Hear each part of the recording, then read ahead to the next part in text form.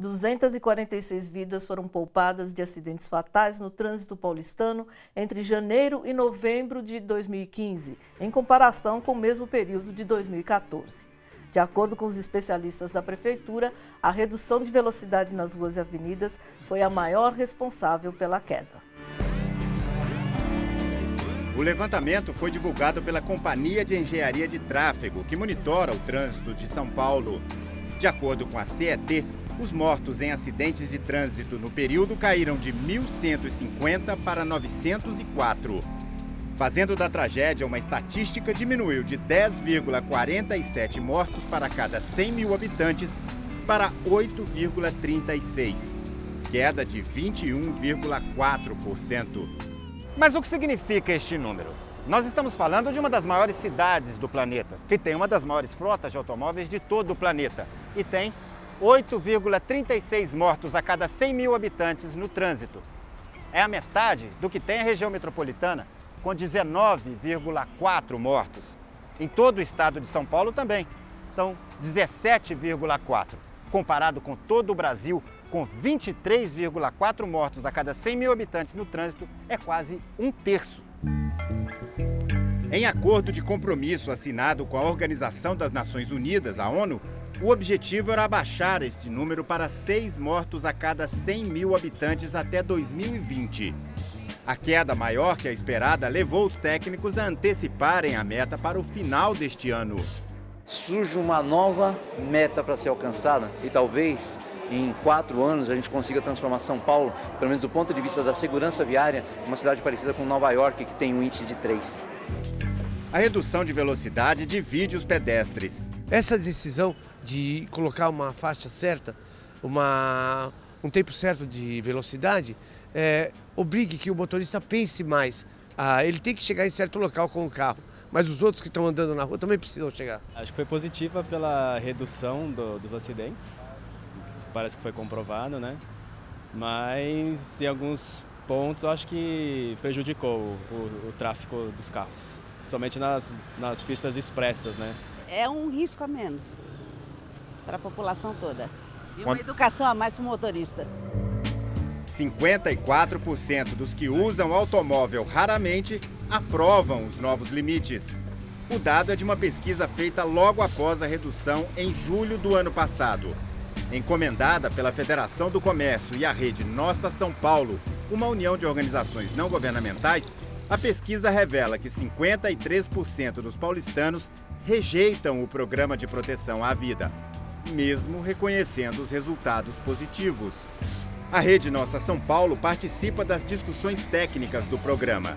Sem deixar de ressaltar os avanços, faz na parceria com a Prefeitura o papel de advogado do diabo. Tem alguns problemas e tem alguns pontos para se melhorar e se completar toda a ideia do projeto. Por quê? Exatamente porque essa infraestrutura que precisa fiscalizar o trânsito no Brasil ela é muito falha. O que a gente também sabe por pesquisas é que grande parte dos motoristas respeitam a legislação, né? Então tem reduzido a velocidade e a redução ela tem acontecido principalmente nas avenidas, que de fato são onde essa fiscalização existe, né? O Detran em São Paulo suspendeu a licença para dirigir de mais de 158 mil motoristas em 2015, 89% mais que o ano anterior. O órgão não detalhou quantos deles foram por excesso de velocidade, mas admite que a redução, junto com a fiscalização mais intensa, é um dos principais fatores.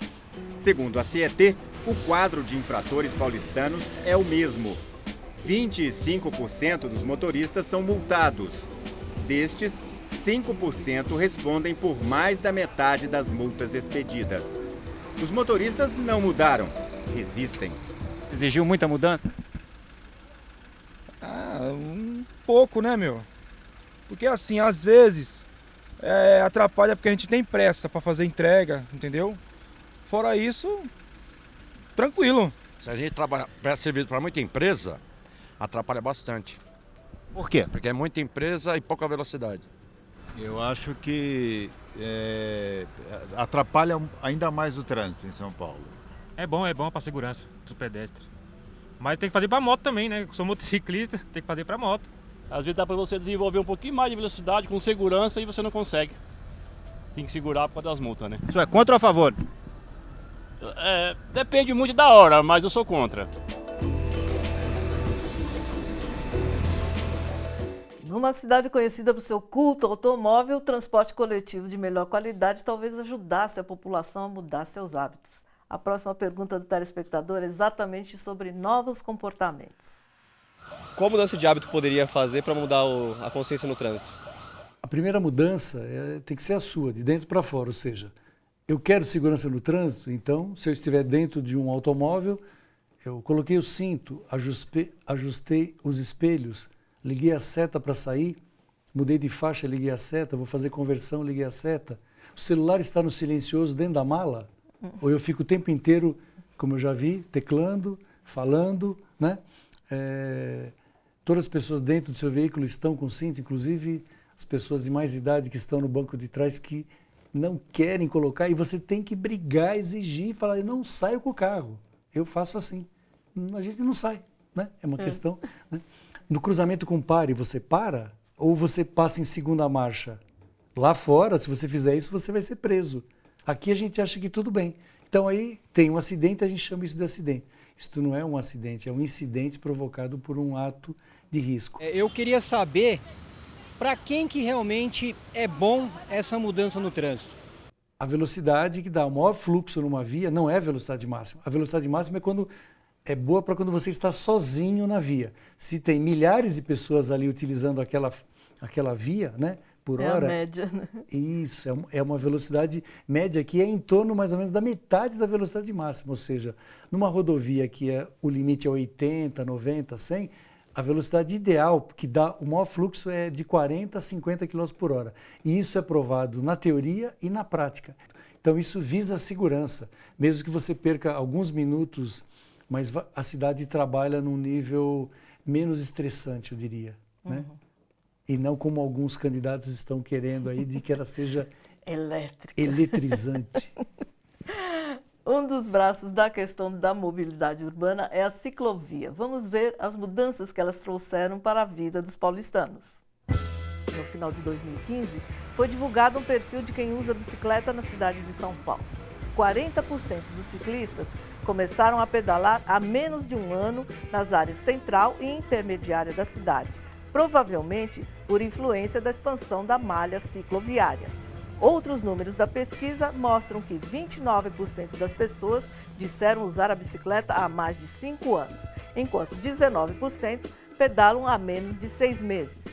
Mais de 70% afirmam usar a bicicleta pelo menos 5 vezes por semana, indicando que este é o principal meio de transporte para muitos paulistanos. Quase 40% dos ciclistas da capital ganham entre 0 e 2 salários mínimos. A redução de velocidade e as faixas exclusivas incentivam o uso deste meio de transporte. Professor, quero agradecer muito a sua presença aqui, as informações que o senhor trouxe para a gente, e gostaria de saber se tem algum recado para dar para o motorista paulistano e motorista brasileiro de uma maneira geral. Olha, não existe hoje, se vocês procurarem na internet, nenhuma guerra no mundo que mate e mutile mais do que o trânsito brasileiro. Nem a dengue, a zika que está aí, as pessoas estão em pânico, mobilização nacional. Eu pergunto, por que o nosso poder federal, estadual e os poderes municipais não fazem uma ação similar ao trânsito? A gente está matando hoje, por ano, no trânsito do Brasil, mais de 50 mil pessoas. Número de guerra. Por ano. E gerando, pior que guerra, e gerando mais de 400 mil inválidos permanentes por ano. Então, como mudar esse quadro? Você tem que ser um motorista consciente. De que forma? Fazendo tudo que está no código. Você tem que ser um cara chato, né? Cinto sempre, seta sempre, use sem moderação, semáforo vermelho, velocidade. Vai beber? Eu já fiz essa besteira no passado, eu falo isso em público. Já bebi e dirigi, não faço mais, jamais, né? Já faz muito tempo que eu não faço isso. Pense o seguinte, a vida, né? Mesmo que a gente acredite que a vida continue, mas esta vida sua é super importante para que você a jogue fora. Então, eu diria o seguinte, a mudança por um trânsito seguro só depende de nós e começa por cada um no dia a dia, nos pequenos comportamentos positivos que você irá fazendo. Muito obrigada pela sua presença, viu? Muito obrigado. Se você quiser rever o nosso programa, anotar alguma informação que considerou mais importante, visite o nosso site na internet, tvt.org.br. Poderíamos listar uma montanha de problemas que fazem São Paulo ser desumana, mas uma cidade é feita das pessoas que a habitam. Ao ocupar praças e ruas abertas à população, vamos humanizando o nosso meio. Os números provam que o transporte individual ocupa muito espaço, polui, agride e causa um enorme estresse aos motoristas. Qualquer tentativa de transformar essa realidade tem de ser aplaudida. Pode haver erros, mas eles não inviabilizam os acertos. O que pode ser mais importante do que salvar vidas? Raciocine, saia mais cedo de casa, ande devagar, pense coletivamente, mude seus hábitos. O Bom para Todos fica por aqui, até a próxima!